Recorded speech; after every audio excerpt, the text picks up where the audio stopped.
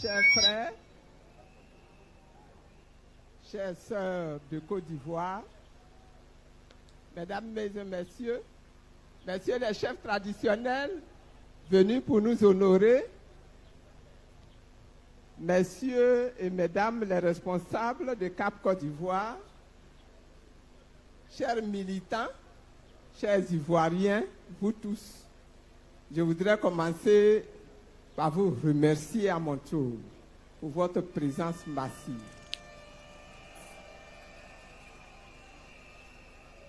Merci d'être là. Merci pour votre foi. Merci pour votre espérance. La Cap Côte d'Ivoire, c'est la voix de 24 partis dans l'opposition. 24 partis unis pour dire oui à la justice. C'est pour ça que je souhaiterais que vous répétez avec moi oui à la justice. Oui à la paix. Oui à la démocratie. Oui à la vérité.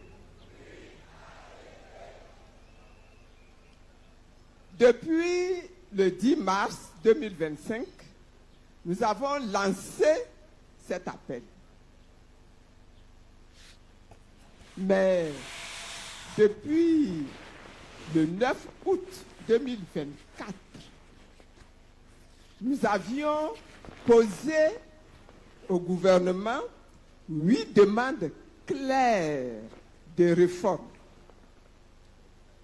pour obtenir des élections justes, des élections transparentes, des élections vraiment fondées sur la paix, sur la démocratie, sur le respect du citoyen, sur le respect de nos lois. Nous avons demandé que soit revisité le code électoral de Côte d'Ivoire, que soit auditée la liste électorale pour les élections de 2025.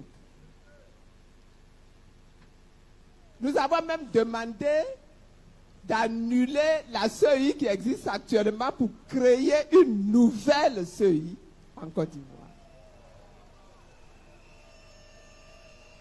Nous voulons, pour les élections qui viennent là, une CEI dans laquelle il n'y a aucun représentant des partis politiques. Nous avons demandé de revoir le découpage électoral pour rendre ce découpage-là pour l'ajuster, pour que le découpage devienne équitable. Parce que vous savez, dans notre pays là, un ouai a le même poids qu'un sénoufo. Un abouré a le même poids qu'un agni. Un gourou a le même poids qu'un koulango. Vous êtes d'accord? Un ouan a le même poids qu'un gain. Vous êtes d'accord?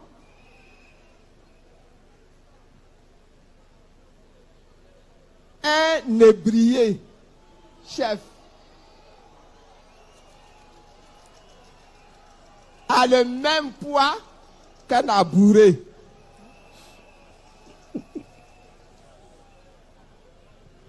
Un yaouré a le même poids qu'un zama. Un haché a le même poids qu'un Yakuba. Et on peut citer comme ça. On a 60 ethnies en Côte d'Ivoire.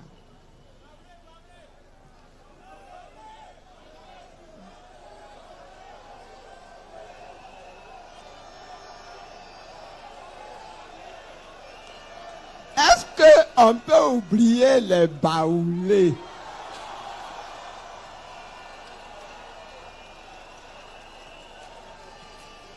Donc, Un baoulé a le même poids qu'un Ojeneka.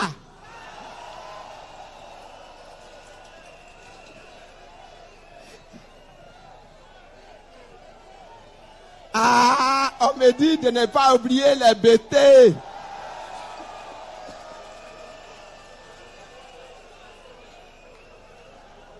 Un BT a le même poids qu'un Tagbana. Vous voyez? C'est pour ça que nous avons demandé de revoir le découpage électoral et de s'entendre sur un critère. Si on dit que dans notre pays là, pour avoir droit à avoir un député, il faut avoir 100 000 électeurs, à ce moment-là, on prend tout le pays. Si à Touba, il y a 100 000 électeurs, ils ont un député. Est-ce que vous voyez? Mais de la même manière, à Gagnoa, 100 000 électeurs, un député. Si à Gagnoa, ils ont 300 000 électeurs, ça va les faire. Ça va les faire. Voilà le découpage que nous avons proposé. Et nous voulons que ça ne soit pas imposé, mais qu'on s'asseye, qu'on discute, et puis qu'on arrête ensemble le critère. Et une fois que le critère est arrêté, on respecte le critère. C'est ça le sens du dialogue politique. Vous voyez, aujourd'hui, on copie sur les Blancs. Aujourd'hui, on vante ce qui se passe chez les Blancs. Mais chez les Blancs, là, ils ont mis au moins 500 ans pour construire leur démocratie actuelle. Et même tous les jours, ils révisent, en fonction de l'actualité, en fonction de la réalité, en fonction de la nouveauté. Nous avons demandé qu'on s'asseye et qu'on discute sur la sécurité, la sécurisation des élections. Cette année-là, nous ne voulons plus de bac à verre.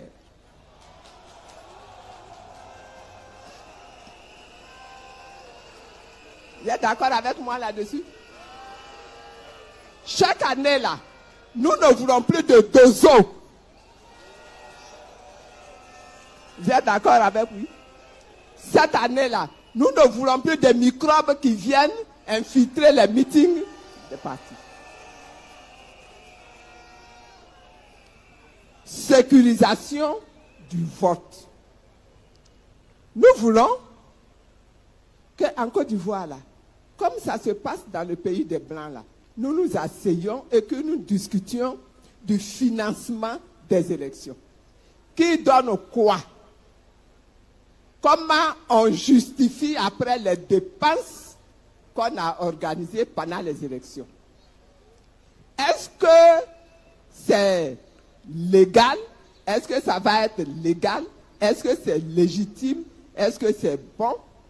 Qu'il y en a qui prennent de l'argent, on ne sait pas où, pour financer leurs électeurs, qu'on met dans des dîners pour venir voter, pendant que d'autres n'ont même pas de quoi offrir même un t-shirt à leurs électeurs. Nous souhaitons que pendant ces élections qui arrivent là, la communication soit équitable. C'est-à-dire que tu sois candidat du RHDP, candidat du PDCI, candidat du MGC, candidat de quel parti encore? AIRD, candidat du PIP, que vous ayez le même accès à la radio nationale, à la télévision nationale,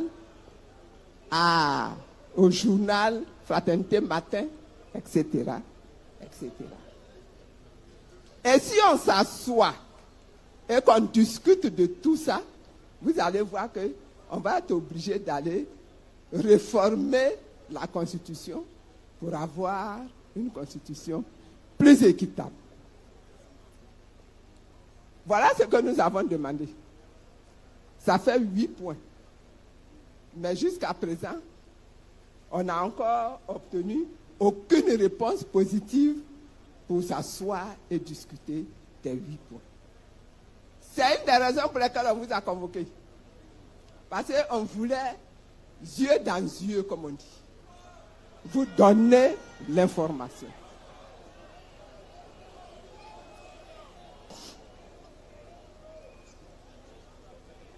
Déjà, il y a des choses avec lesquelles nous ne sommes pas d'accord.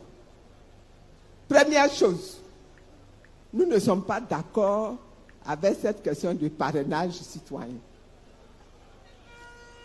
Notre loi dit le vote est secret. Le vote, là, il est secret. C'est-à-dire, le jour du vote, là, ce que tu vas aller voter, c'est toi seul ton affaire. Or, ce qu'on nous demande, c'est d'avoir déjà des électeurs dans chaque région qui vont s'engager pour dire, nous on soutient tel candidat. Ce n'est pas constitutionnel. Et donc nous souhaitons qu'on s'asseye et qu'on parle de ça. Il y a une deuxième chose avec laquelle nous ne sommes pas d'accord. Aujourd'hui, là, on s'est réunis, on est en train de faire notre meeting. Est-ce qu'on a dérangé quelqu'un? Les forces de l'ordre sont là, ils assurent la sécurité. Est-ce qu'on a dérangé quelqu'un? Nous sommes à Abidjan, nous sommes à Yopougon, et nous faisons ce rassemblement. Demain, le PDCI va vouloir aussi faire son rassemblement. Il faut qu'il ait la possibilité de l'organiser. Après-demain, le RHDP va vouloir faire son rassemblement. Il faut que le RHDP ait également la possibilité de faire son rassemblement. Les CRDLAO. Aujourd'hui, là, si vous allez dans leur document, là, c'est écrit RHDP. Donc, disons RHDP. Mais, pourquoi je pose ce problème? Parce que récemment, on a un des membres de Cap Côte d'Ivoire qui a voulu faire un meeting au nord. Qu'est-ce que j'ai dit? Au nord. Voilà. Ils lui ont empêché de faire son meeting. Et c'est un député qui a pris la parole pour expliquer que là-bas, là, c'est comment on dit ça? La chasse gardée du RHDP. Il n'y a pas de chasse gardée en Côte d'Ivoire. Il n'y a pas de chasse gardée en Côte d'Ivoire. Pourquoi un parti va-t-il avoir le droit de faire des meetings partout dans l'ensemble du pays et puis que certains ne vont pas avoir le droit d'aller faire des meetings au nord? C'est pas juste. Non seulement c'est pas juste, mais c'est pas légal.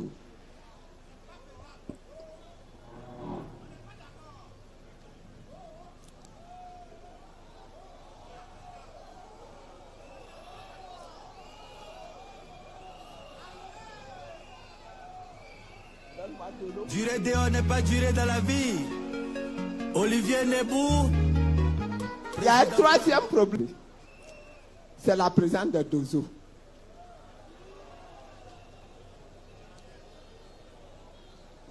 voyez, récemment,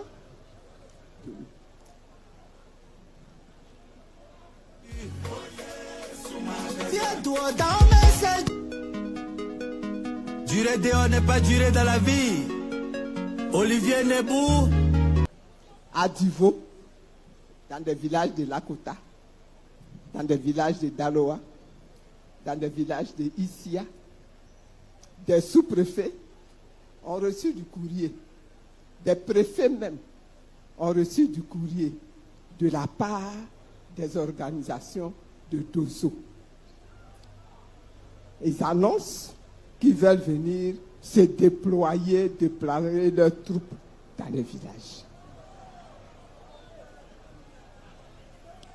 Et nos préfets et nos sous-préfets n'arrivent pas à savoir quelle position ils doivent adopter. Je voudrais rappeler que les Dosso, là, ils ne font pas partie des forces de défense et de sécurité de Côte d'Ivoire. Les forces de défense et de sécurité de Côte d'Ivoire, ce sont les policiers et ce sont les gendarmes. Les militaires peuvent intervenir si on est en situation de guerre civile à l'intérieur du pays. Sinon, les militaires, là, ils sont là pour gérer les rapports de sécurité entre les Ivoiriens et ceux qui ne sont pas dans la Côte d'Ivoire et qui viennent attaquer la Côte d'Ivoire. Donc les Dosso, là, ils n'ont qu'à rester chez eux. Et même chez eux, il n'est pas normal qu'on trouve des Dosso organisés dans le nord de la Côte d'Ivoire. Parce que les Dosso, là, c'est une société militaire de chasseurs traditionnels. Sinon, les Hébriers qui sont là, ils ont leurs Dosso dans leur village. Les Abourés, là, on a nos Dosso dans nos villages. Mais on ne prend pas nos soldats traditionnels dans nos villages là pour venir attaquer la République et attaquer la ville et attaquer les autres régions.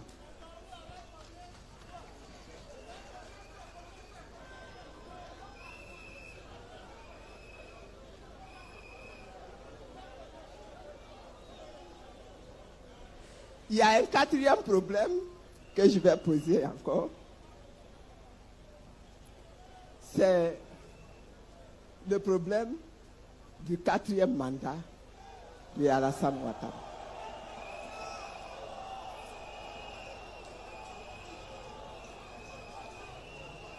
Je considère que les militants du RHDP là, ont le droit de choisir leur candidat. C'est leur droit. Ils peuvent avoir envie de présenter le candidat de leur choix. C'est leur droit. Mais, dans la Côte d'Ivoire, là, le droit des uns s'arrête où le devoir commence pour les mêmes. Vous voyez? Donc, de la même manière que notre Constitution dit, quand tu as fait 2 mandats, là, c'est fini pour toi. De cette même manière, le président Alassane Ouattara n'aurait jamais dû être candidat en 2020. Parce qu'il avait fini ses 2 mandats. Et donc, vraiment, je demande au parti RHDP de revoir sa copie et de nous proposer un autre candidat. Ils ont de très beaux militants dans leur parti.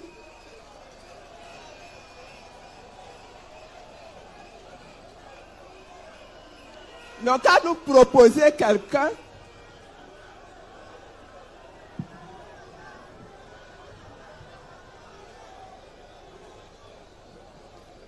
le 5e problème que je voudrais soulever, c'est le problème de la radiation de certaines personnalités politiques de la liste des électeurs.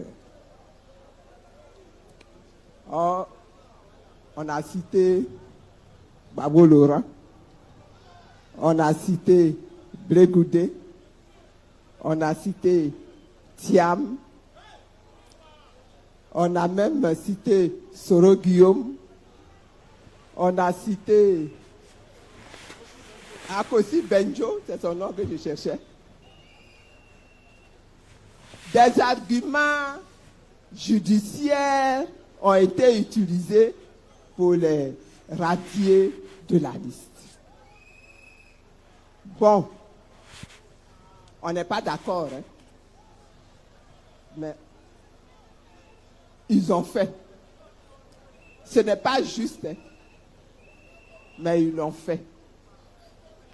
C'est pour ça qu'aujourd'hui, nous disons que le président Alassane Ouattara, la loi ivoirienne, la constitution ivoirienne a prévu qu'il puisse prendre son bic pour écrire une loi d'amnistie pour effacer tout ça, pour que les gens puissent aller aux élections.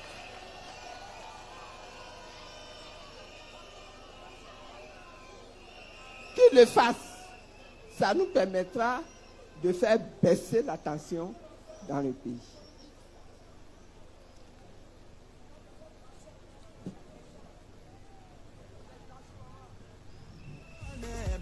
Dans cette Côte d'Ivoire que j'aime, cette Côte d'Ivoire que tous ceux qui sont là, présidents de la CAP, ils aiment. Cette Côte d'Ivoire que vous-même qui êtes là, vous aimez.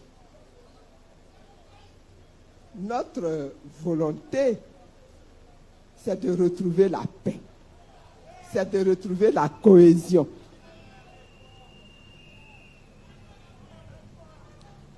Et notre vision, c'est d'avoir un pays qui est debout, un pays qui maîtrise son développement, un pays qui maîtrise son avenir, un pays qui maîtrise ses décisions, un pays qui maîtrise sa sécurité. C'est de cette nation-là dont nous rêvons. Hein?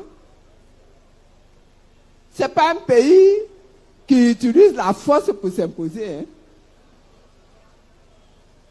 Dans ce pays-là, aujourd'hui, moi j'ai 75 ans. Hein?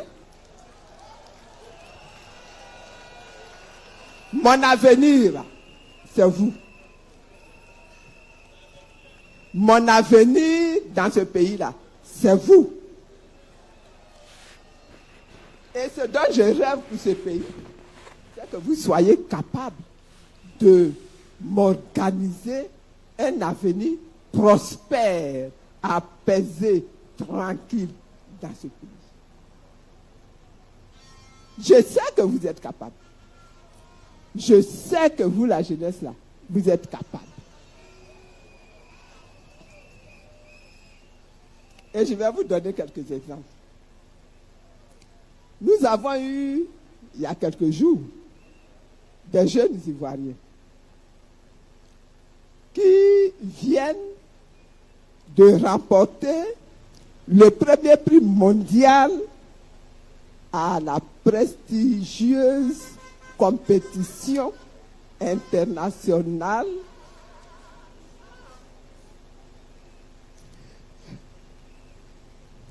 une compétition qui a eu lieu où? En Chine. Compétition d'informatique organisée en Chine la semaine dernière. Et ce sont des jeunes Ivoiriens qui ont été champions, ils ont remporté le premier prix. Qui dit mieux? Je vous donne un deuxième exemple.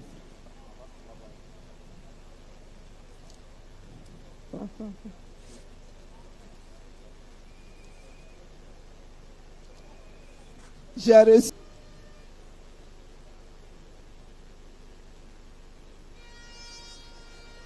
dans la semaine une jeune dame.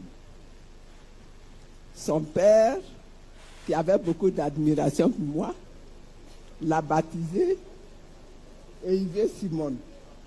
Elle s'appelle donc Adou Eivé Simone. Je lui ai demandé qu'est-ce que tu fais dans la vie. Elle m'a dit, je fabrique des produits cosmétiques pour les cheveux, pour la peau, etc. Voici ce que les jeunes Ivoiriens sont capables de faire. Ils sont créatifs, ils sont inventifs, ils sont ingénieux, ils sont compétents.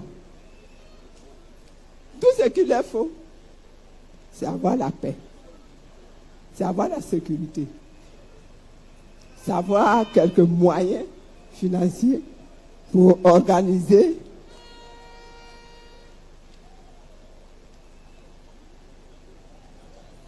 Je voudrais m'asseoir.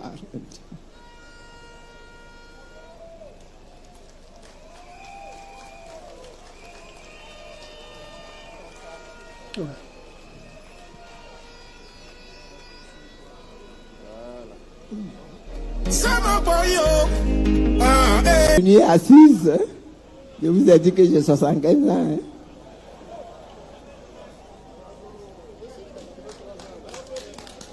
Tiens, 83 ans.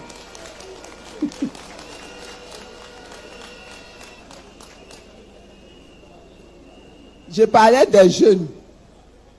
Et je disais que ces jeunes-là, ils sont nombreux dans la Côte d'Ivoire.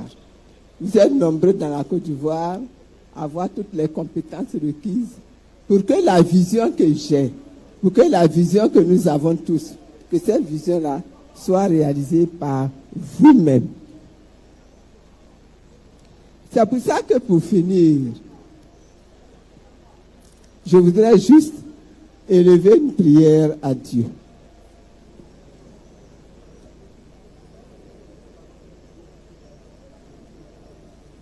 Je voudrais dire à Dieu, ô Dieu, donne au roi de juger comme toi. Donne ton esprit de justice au fils du roi, qui juge ton peuple avec justice et qui juge les malheureux qui t'appartiennent conformément au droit. Que les montagnes apportent la paix au peuple de Côte d'Ivoire. Que les collines aussi apportent la paix par l'effet de ta justice.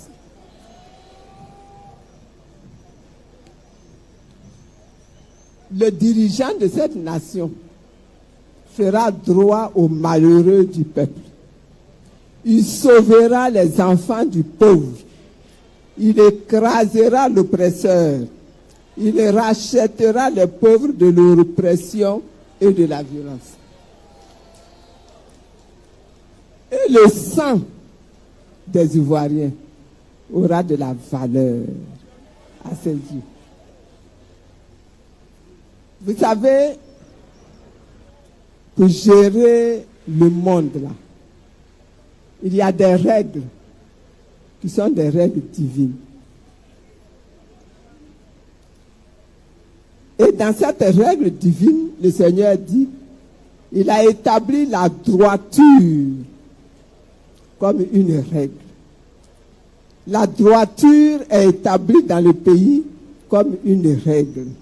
Parce que le pays est considéré à un bâtiment, est considéré comme un bâtiment que l'on construit.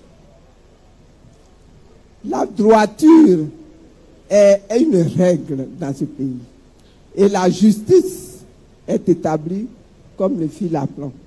Aujourd'hui, les maçons pas de niveau. Quand on construit un mur, on regarde à l'horizontale si c'est droit, on regarde à la verticale si c'est droit. Quand on bâtit un pays, c'est pareil. Si vous ne respectez pas la droiture, si vous ne respectez pas la justice, le pays va aller dans tous les sens. Et quand vous ne respectez pas ça, la règle dit que la grêle va balayer le refuge du mensonge. Et l'eau va inonder l'abri du mensonge. C'est pour ça que je plaide pour le respect de nos lois, pour le respect de notre droit, pour le respect de la démocratie. Et pour les futures échéances électorales qui doivent se dérouler sans heurts, il n'y a pas de raison que dans notre pays, les élections se déroulent dans la bagarre, dans la violence. Il n'y a pas de raison. Je voudrais encore inviter le gouvernement à convoquer incessamment le dialogue politique tant souhaité par les partis politiques.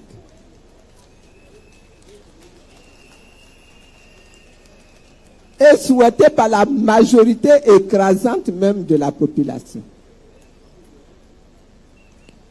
Pour que la Côte d'Ivoire retrouve la paix. Pour que la Côte d'Ivoire retrouve la démocratie.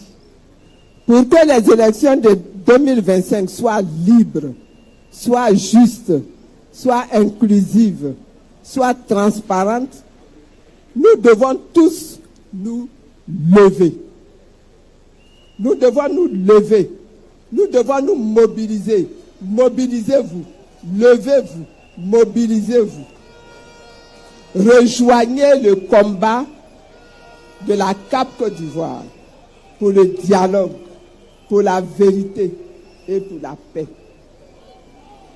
Je lance un appel à toutes les confessions religieuses. Je lance un appel à toutes les organisations civiles et professionnels. Priez, agissez, témoignez, faites pression pour sauver pression pour d'Ivoire par le dialogue. Je vous remercie. Salut, salut. Voilà comment ça sort et c'est comme ça sort. Et nous voici de nouveau. En fait, voilà l'allocution de Madame Simone Hervé qui a aussi donné sa part dans ce meeting parce que vraiment, il n'y a que des manquements dans cette organisation des élections présidentielles. Alors, tous ces manquements ont eu des requêtes à l'encontre du gouvernement. Mais rien n'a été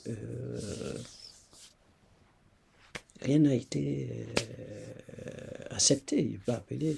Ils n'ont pas daigné répondre à toutes ces requêtes-là. Et ça, c'est méchant. J'appelle ça la méchanceté parce que au fur et à mesure que nous avançons aux élections, à la date des élections, ils vont trouver comme argument il n'y a pas de temps, on ne peut pas le faire parce que. Et c'est l'argument avancé pour la RLE. La RLE qui devrait être faite depuis fort longtemps que l'opposition demande de faire cette RLE-là, il n'y a pas encore eu de réponse. Et jamais ils ont daigné à répondre. Ok. Il y en a encore. Il y en a plein. Madame Simone a cité, a énuméré 4 points. Si vous avez regardé cette vidéo, ça a été là.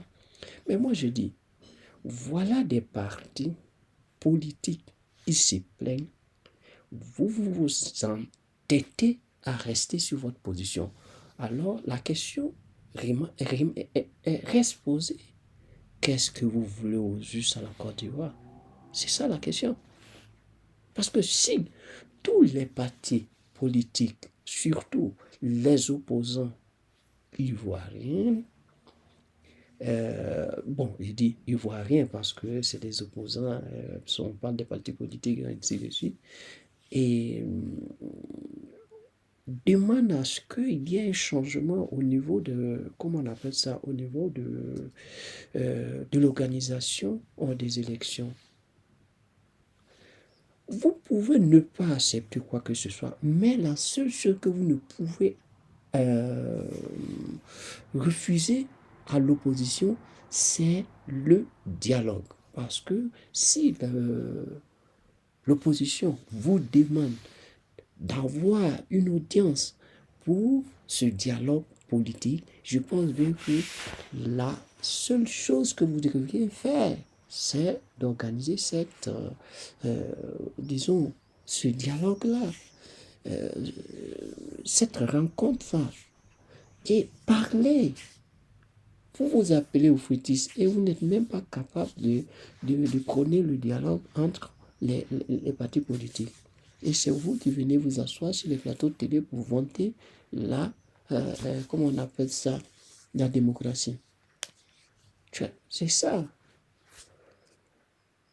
La bonne dame a déjà tout dit et le pouvoir en place joue à la sourde oreille. Elle a relevé un problème très intéressant, disons.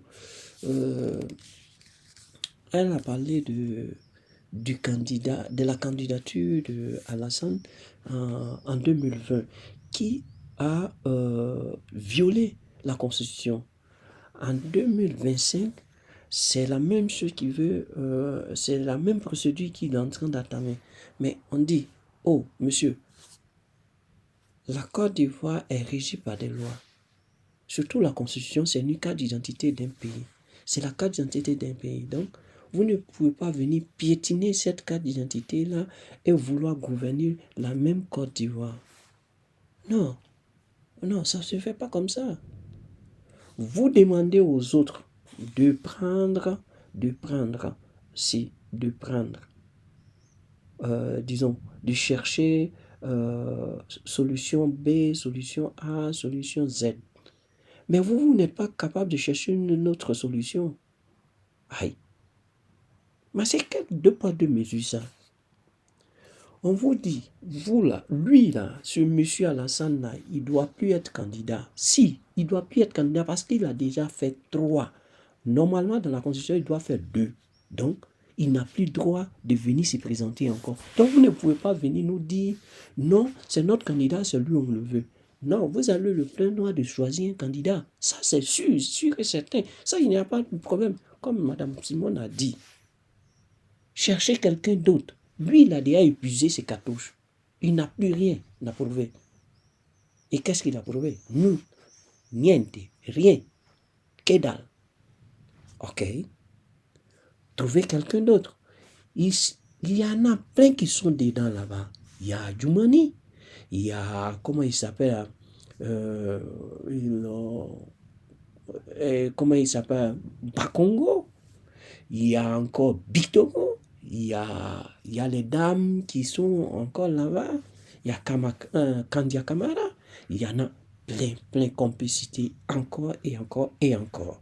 Vous pouvez les choisir. Vous ne pouvez pas venir nous imposer un dictateur. Non. À vous, ça arrange. À nous, ça n'arrange pas. Donc, cherchez à nous épargner des violences. Parce que si celui-là, vous vous entêtez à le mettre à la tête de votre parti, vous allez trouver encore des résistants à disons, à ce candidat-là. Parce qu'on ne va pas le laisser venir s'imposer. Même si c'est la France qui le veut. Hein? Nous, on ne le veut pas. C'est le peuple qui commande. C'est pas, disons, une personne extérieure qui va venir nous dicter ce qu'on doit faire. On doit avoir, ce qu'on doit accepter, ce qu'on ne doit pas accepter. Non. Voilà pourquoi l'AES ne veut pas entendre parler de la France. Parce que la France a toujours voulu imposer, elle, ses lois, elle, son vouloir. Non. On n'a pas besoin de ça. Arrêtez de nous emmerder. Comme je le dis toujours, à bon entendeur, au revoir.